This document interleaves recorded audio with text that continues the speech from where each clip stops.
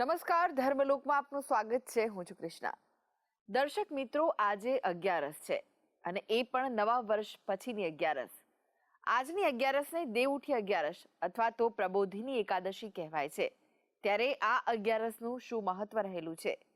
11 કરવાથી કેવા ફળની પ્રાપ્તિ થાય છે? આ તમામ વાતો આજે જણાવીશું ધર્મલોકમાં.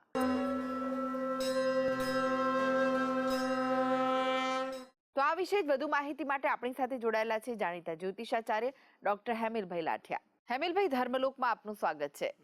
નમસ્કાર. હેમિલભાઈ, આજે પ્રબોધિની એકાદશી છે, જેને દેવઉઠી 11 પણ કહેવાય છે. શું મહત્વ રહેલું છે? જો આ દેવ ઉઠી 11 કેમ કહેવાય છે એ વસ્તુ સમજીએ, પરંતુ સૌ પહેલા આપણે 11નો અર્થ સમજીએ કે 11 છે ને દર માસમાં 2 આવે છે, એટલે વર્ષમાં કુલ 24 11 આવે છે.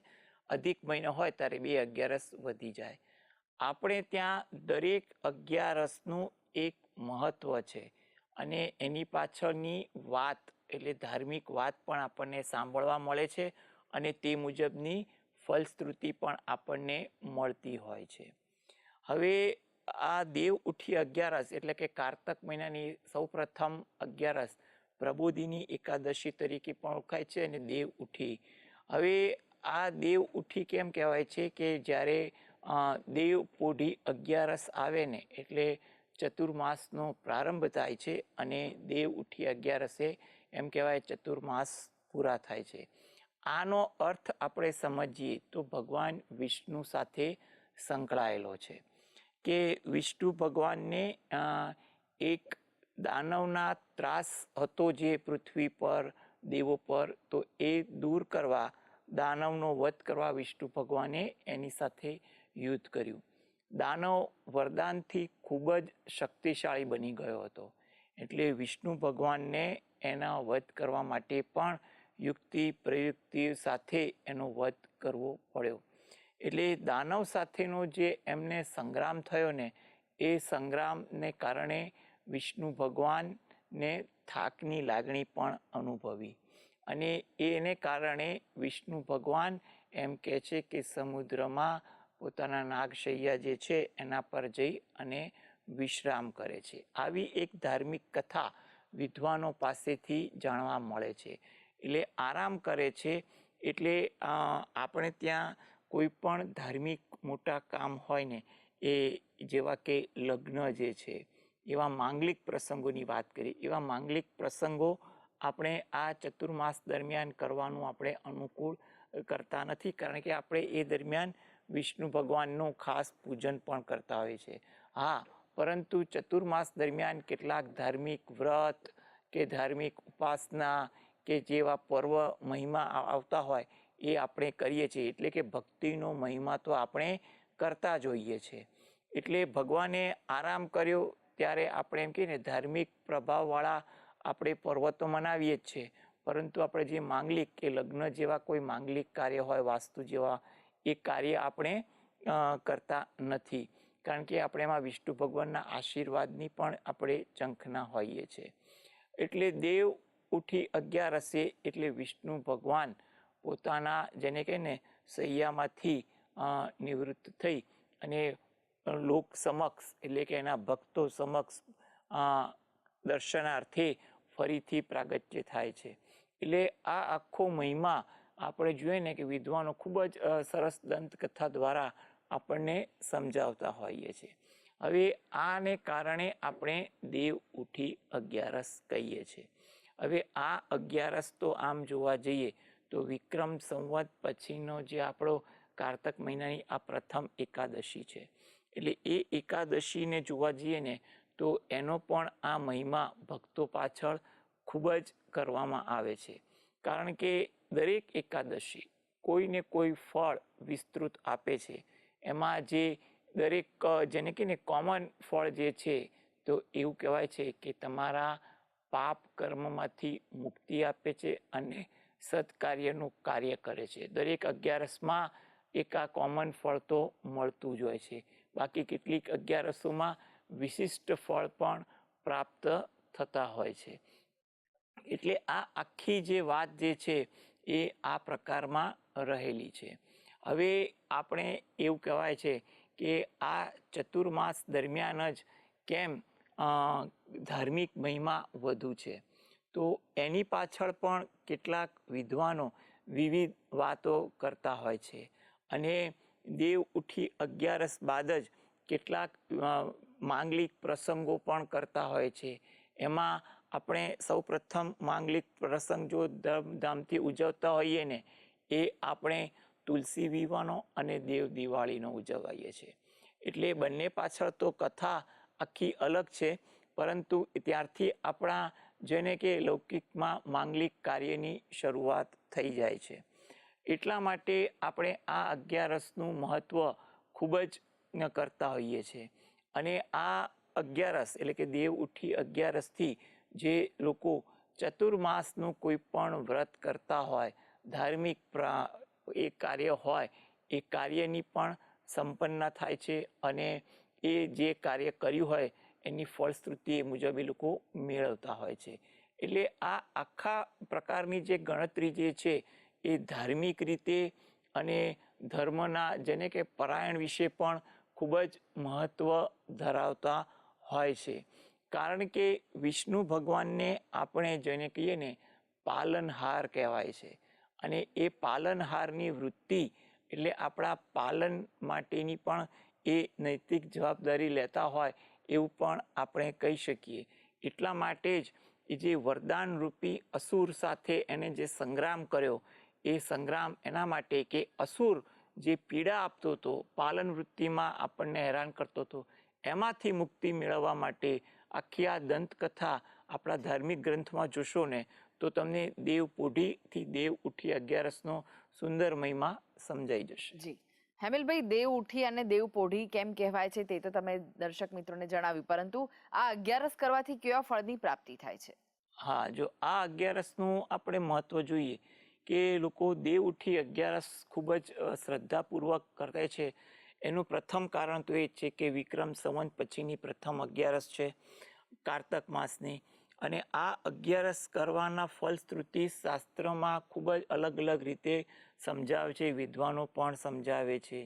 એકવાર એક વાત મુજબ નારદ મુનિએ પણ આ ફલશ્રુતિ કહેલી છે કે જો આ અગિયારસના દિવસે જે પણ ભક્ત વિષ્ણુ ભગવાનની યથાશક્તિ પૂજન કરે ને એને સારું ફળ પ્રાપ્ત થાય છે. તદુપરાંત કોઈ જગ્યાએ એવો પણ ઉલ્લેખ જોવા મળે છે કે ફૂલ એટલે કે વિષ્ણુ ભગવાનને અશોક ફૂલ છે, કેતકી ફૂલ છે, કે લાલ કે પીળા કરેણના ફૂલ વડે જો પૂજા કરવામાં આવે ને તો મનુષ્યના જે જન્મોજન્મના જે દ્વેષ હોય એ દ્વેષ ભગવાન દૂર કરે છે. એટલે કે ઘણીવાર મનુષ્ય જન્મ લે છે ત્યારે કેટલાક દોષને લઈને પણ જન્મતા હોય છે, ત્યારે ભગવાન એના જે પૂર્વજન્મના કૃત દોષ હોય ને એને ભગવાન શમી લે છે. એવી સુંદર વાત આપણને વિદ્વાનો સમજાવતા હોય છે. એટલે આ અગિયારસનું એ પણ વિશેષ મહત્વ રહેલું છે. એવું પણ કહેવાય છે કે આ વ્રત દરમિયાન જો તમે યથાશક્તિ મુજબ ઉપવાસ, એકટાણું, ફળાહાર તે તમારે શક્તિ મુજબ તમે કરો, અથવા તમે સાચા દિલની ભાવનાથી વિષ્ણુ ભગવાનના કોઈ ભજન ગાઓ અથવા મંત્રના રટણ ગાઓ, સ્તુતિ કરો ને તો પણ તમને ખૂબ જ પુણ્ય પ્રભાવ મળે છે. કહેવાય છે કે આ દિવસે અર્ધરાત્રિ સુધી પણ જો વિષ્ણુ ભગવાનની સ્તુતિને ભજન કરવાનું રાખો ને તો પણ એનું સુંદર ફળ મળે છે. કારણ કે અત્યારના યુગમાં જોવા જઈએ તો ઘણીવાર આરોગ્યની દ્રષ્ટિએ કે કોઈ પણ અન્ય કારણસર, લૌકિક કારણસર વ્યક્તિ ઉપવાસ કે એકટાણું પણ નથી કરી શકતા, પરંતુ શ્રદ્ધા દિલમાં ખૂબ જ હોય છે. તો શું કરવું? શ્રદ્ધા મોટી વસ્તુ છે. ત્યારે ઘણા વિદ્વાનો એમ પણ સમજાવે છે કે કંઈ વાંધો નહીં, આ દિવસે તમે વિષ્ણુ ભગવાનનું નામ સ્મરણ સતત લો.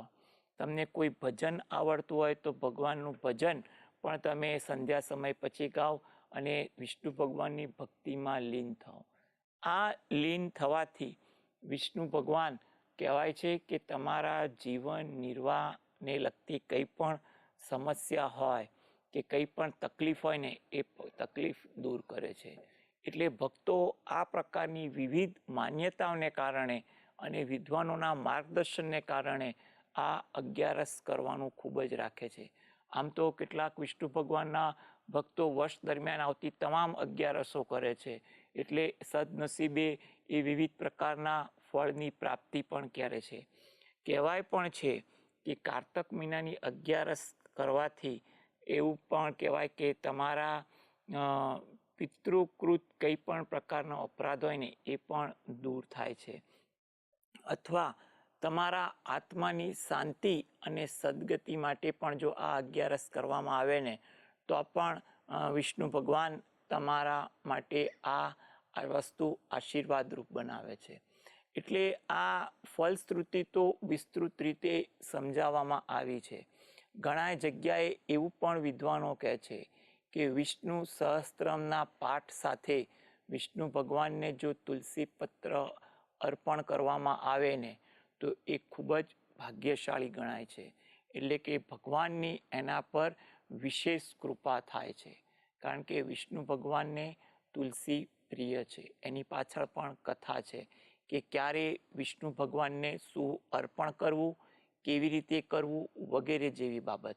એટલે આ પ્રકારની પણ જો ભક્તિ કહીએ ને તો તમારા અગિયારસનો પુણ્ય પ્રભાવ વધી પણ જાય છે. એટલે સામાન્ય રીતે વિષ્ણુ ભગવાનની પૂજામાં લોકો પીળા ફૂલનો પણ ઉપયોગ કરતા હોય છે. એટલે પીળું ફૂલ પણ કહેવાય છે કે ભગવાનને અર્પણ કરવાથી તમારા જીવનમાં શુભત્વત્વ વધે છે. એટલે તમારા જીવનમાં નકારાત્મકતા આવતી નથી, અથવા કોઈની નકારાત્મક આભા તમને સ્પર્શતી નથી. એટલે ઘણા વિષ્ણુ ભક્તો વિષ્ણુ મંદિરમાં કે પોતાના ઘરે વિષ્ણુ ભગવાનનો કોઈ ફોટો હોય ને ત્યાં આગળ વિષ્ણુ ભગવાન આગળ પીળા ફૂલ અર્પણ કરતા હોય છે. એટલે આ પ્રકારની એક ભક્તિનો ભાવ, એટલે કોઈ ફૂલ અર્પણ કરીને પણ કરે છે, કોઈ ફૂલની માળા પણ અર્પણ કરે છે વગેરે જેવી બાબતોમાં. એટલે કે ભગવાનને ફૂલ કેવી રીતે અર્પણ કરવું એ પણ એક શ્રદ્ધાનો વિષય છે અને માર્ગદર્શનનો પણ વિષય છે. તદુપરાંત એવું પણ કહેવાય છે કે કેટલાક વિશિષ્ટ ફૂલ એવા છે કે જે વિષ્ણુ ભગવાનને એની સુવાસ ખૂબ જ ગમે છે. જો તે યોગ્ય માર્ગદર્શન સાથે અગિયારસના દિવસે તે અર્પણ કરો ને તો વિષ્ણુ ભગવાન પણ ત્વરિત તમારા પર ખુશ થાય છે. એવી લાગણી ભક્તોમાં પણ જોવા મળે છે. એટલે ભક્તોમાં વિવિધ પ્રકારની લાગણી અને ભાવના વચ્ચે વિષ્ણુ ભગવાનનું પણ પૂજન થતું હોય તેવું પણ વર્તમાન જગતમાં જોવા મળે છે. એમાં પણ જોવા જઈએ, જેમ મેં પીળા ફૂલની વાત કરી એમ કરેણના ફૂલની પણ વાત છે, કેતકી ફૂલની પણ વાત છે, અશોક ફૂલની પણ વાત છે. એટલે વગેરે જેવા ફૂલો વિષ્ણુ ભગવાનને અર્પણ કરવામાં આવે છે. આપણે ત્યાં ફૂલો બાબતે પણ કેટલીક જાગૃતતા અને માર્ગદર્શન છે કે કયા દેવને કયું પુષ્પ અર્પણ કરવાથી તે વધુ ખુશ થાય છે, કેવી રીતે અર્પણ કરવું જોઈએ, અને કયા દેવને કયું પુષ્પ આપણે અર્પણ નથી કરતા અથવા કઈ વસ્તુ આપણે અર્પણ નથી કરતા. જો આવી બધી આપણે નાની સરખી માર્ગદર્શન સાથેની પણ જો આપણે માહિતી મળી જાય ને અને જો એ પૂજા ભક્તિમાં એ માહિતીનો ઉમેરો થાય ને તો તમારા ભક્તિના ફળમાં પણ ઉત્તરોત્તર વધારો થતો હોય તેવું લાગે છે. આમ તો કારતક સુદ અગિયારસ જે છે એ પ્રબોધિની એકાદશી તરીકે ઓળખાય છે. કારણ કે એના નામ પ્રમાણે એના વ્રતનો મહિમા પણ રહેલો છે. પરંતુ આ દિવસે વિષ્ણુ ભગવાન જાગૃત થાય છે, એટલે ચતુર્માસ પૂરા થયાનું ગણાય છે. એટલે લૌકિક ભાષામાં આને દેવ ઉઠી અગિયારસ પણ કહેવામાં આવે છે.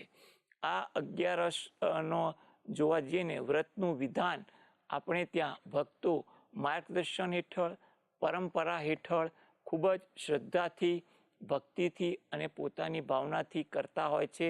અને એનું સુંદર ફળ પણ મેળવતા હોય છે તેવું આપણે કહી શકીએ. જી હેમિલભાઈ, તમે ધર્મલોકમાં ઉપસ્થિત રહ્યા દર્શક મિત્રોને આ પ્રબોધિની એકાદશી, દેવઉઠી એકાદશી વિશે જે માહિતી અને માર્ગદર્શન આપ્યું તે માટે આપનો આભાર. નમસ્કાર. તો દર્શક મિત્રો, આ સાથે જ આગળ જોઈશું વિશેષ રજૂઆત સુખની શોધમાં. તે પહેલા લઈએ વિરામ.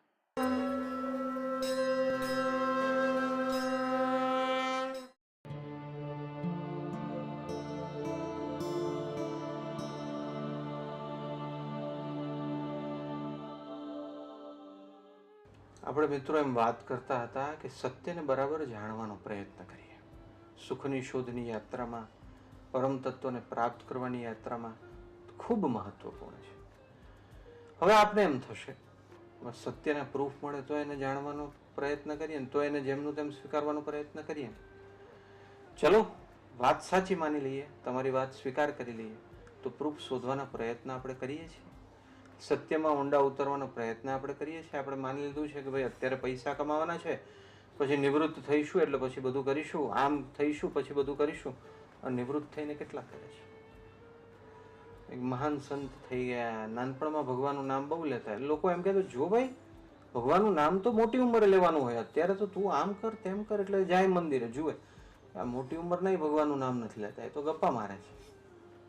ભગવાનનું નામ લેવા માટે કોઈ ઉંમર નથી હોતી. સત્યને જાણવા માટે મિત્રો કોઈ ઉંમર નથી હોતી. સત્યને જાણીએ, પાછું ઠેલતા ન રહીએ. એ ઉંમરે પછી જાણી શકીશું. હું ઘણા બધા અધિકારીઓ, કર્મચારીઓને જાણું છું જેમણે એમ નક્કી કર્યું હતું કે 58 વર્ષે રિટાયર્ડ થઈએ, 60 વર્ષે રિટાયર્ડ થઈએ, પછી આમ કરીશું, પછી આ કરીશું, પછી ભગવાનનું જ નામ લેવાનું છે. એ પાછા રિટાયર્ડ થઈને ખરું મનમાં મજા નથી આવતી, ઘરમાં મન નથી લાગતું, સારું કંઈક નોકરી કરવી છે. પછી પછી પછી કરતા કરતા સમય વીતી જાય છે. એવા જ એક કર્મચારીને ઓળખતો હતો, નિવૃત્ત થયા. અમને એમ કહેતા કે મેં નિવૃત્તિ સુધી તો માત્ર 2 જ રજાઓ લીધી છે. ઓહો હો, ચલો સારી વાત છે, કામમાં નિષ્ઠા છે. નિવૃત્તિ પછી પાછી એમણે ઓફિસ ખોલી. અચાનક જ કોઈ એક દિવસ એમનું મૃત્યુ થઈ ગયું, ખબર પણ ન પડી. ભગવાનનું કામ કરવા જેવું કામ બાકી રહી ગયું. આ તો એના જેવું છે મિત્રો કે તમે 2 કરોડ રૂપિયા આપીને એકદમ સાચા સારા માર્ગે જમીન લીધી, તમારા પરસેવાના પૈસા ખર્ચીને, અને તમારી જે 7/12 જેમાં જમીનની એન્ટ્રી આવે, 7/12 તમે એન્ટ્રી પડાવવાનું જ ભૂલી ગયા. પછી કરીશું અને કોઈ ખોટી એન્ટ્રી પાડીને જમીન એના નામે કરી ગયું. ઉદાહરણ આપું છું. જેમ એ વસ્તુ અત્યંત અગત્યની લાગે છે, તરત જ કરીએ છીએ, સત્યને તરત જ જાણીએ. એક બહુ તમને આ કહેતા કહેતા મને પ્રસંગો યાદ આવે છે, પ્રસંગની. એટલે હું વાતને થોડી ફંટાવું છું મિત્રો. હું કહું, ઘણા બધા લોકો મેં સરકારી કચેરીમાં એવા જોયા છે જે પેઢીનામું કરાવવા માટે આવે, વારસાઈ કરાવવા માટે આવે. પિતા ગુજરી ગયા હોય એટલે પેલું તલાટી પાસે પેઢીનામું કરાવવા માટે આવે, પછી વારસાઈ કરીને જમીનમાં નામ નોંધાવે. આપણે જાણીએ કે એમના પિતાજીનું મૃત્યુ થયું એટલે આપણે પૂછીએ, ક્યારે તમારા પિતાજી ગુજરી ગયા? તો કે બસ આ જે કયો શુક્રવાર થયો ને મંગળવારે ગુજરી ગયા. અરે મંગળવારે ગુજરી ગયા અને શુક્રવારે તો એનું પેઢીનામું બનાવવા આવ્યો ને બાપનું નામ કઢાવીને પોતાનું નામ જમીનમાં દાખલ કરવા માટે આવ્યો. કેટલી ઝડપ કરીએ છીએ આપણે, એટલી ઝડપ સત્યને જાણવા નથી કરતા. કેટલા સ્વાર્થી છીએ આપણે, પણ યોગ્ય બુદ્ધિપૂર્વકના સ્વાર્થી વ્યક્તિઓ નથી.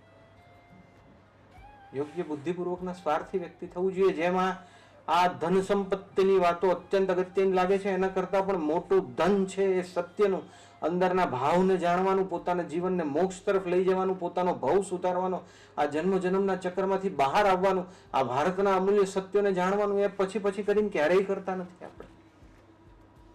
વિદેશથી લોકો અહીંયા સત્યને જાણવા માટે આવે છે ને આપણે એ ડુડુગી કરીને પૂરું કરી દઈએ છીએ આપણું જીવન. અનેક જન્મો એવી રીતે નિષ્ફળ ગયા. આ મનુષ્ય જન્મ કઈ પાછો મનુષ્ય જન્મ મળશે, પાછી આટલી જ અનુકૂળતાઓ મળશે એવું છે નહીં. કર્મ કર્યા ભોગવવા પડશે. જીવનમાં આપણે પ્રેફરન્સ જ ખોટા આપી દીધા. ખોટા પ્રેફરન્સ, ખોટા રેફરન્સ. ખોટા પ્રેફરન્સમાં જીવન પૂરું થઈ ગયું. જેને 1 નંબર આપવાનો હતો એનો 100મો નંબર પર ના આવ્યો. 100મો નંબર પણ જો આવી ગયો તો બચી જાત. એને પછી કરીને 500માં નંબરે લઈ ગયા, 499 આવ્યો ત્યાં તો જીવન પૂરું થઈ ગયું. પ્રાયોરિટી જ ખોટી આપી, તદ્દન ખોટી આપી.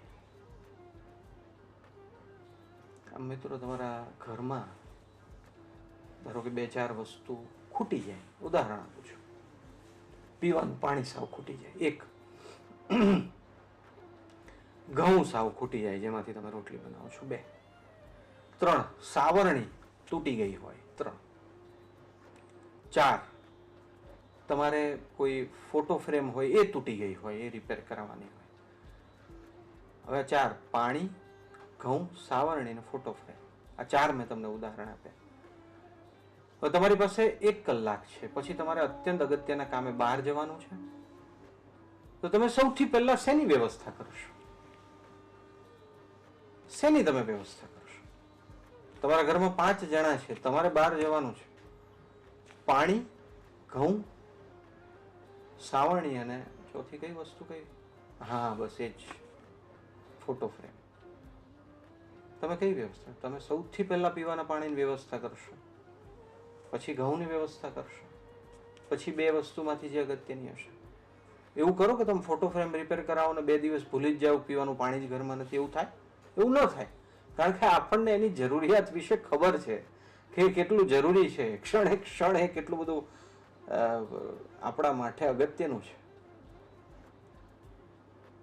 માન લો કોઈ મૂર્ખ હોય, પ્રાયોરિટી આપે તો 2 દિવસ ખાલી ફોટો ફ્રેમ જ રિપેર કરાવી, પાણી ગયું ભાડમાં, તો બધા ઘરમાં ટળવડે પાણી વગર. આપણે એવું જ કરીએ છીએ જીવનમાં. પરમાત્માને, સત્યોને પછી કરીને પાછા ઠેલતા રહીએ છીએ, તેને બાકી જ રાખીએ છીએ, કશું બીજું એના માટે કરતા નથી, અને એમ ને એમ જીવન વ્યતીત થઈ જાય છે, પૂરું થઈ જાય છે. શું કરીશું મિત્રો, બોલો? આપણે જીવનને પોતે જ એટલું બધું નુકસાન કરીને બેઠા છીએ, હવે શું કરીશું? એક જણ શેર બજાર બહુ કરતો હતો. 2-4 દિવસમાં જોયું કે શેર બજાર નહોતો કરતો. મેં પૂછ્યું, ભાઈ કેમ નથી કરતો? કે બહુ નુકસાન થઈ ગયું, હવે નથી કરવું. શેર બજારમાં નુકસાન થાય તો આપણે અટકીએ છીએ. આ જન્મ બજારમાં, ભવ બજારમાં, જીવન બજારમાં નુકસાન થાય તો અટકતા નથી. કેમ?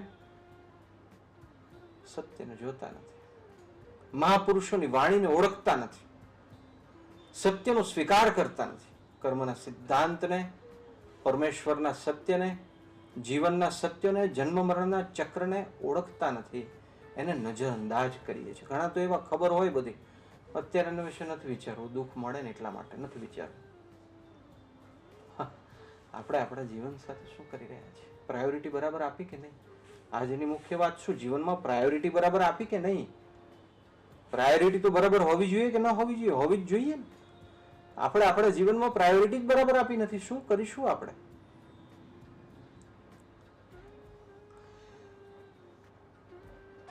ચાલો આજના દિવસમાં પેલી ભૂલ ભરેલી પ્રાયોરિટીનું લિસ્ટ બદલી નાખીએ, ભૂલ સુધારેલી પ્રાયોરિટીનું લિસ્ટ બનાવીએ.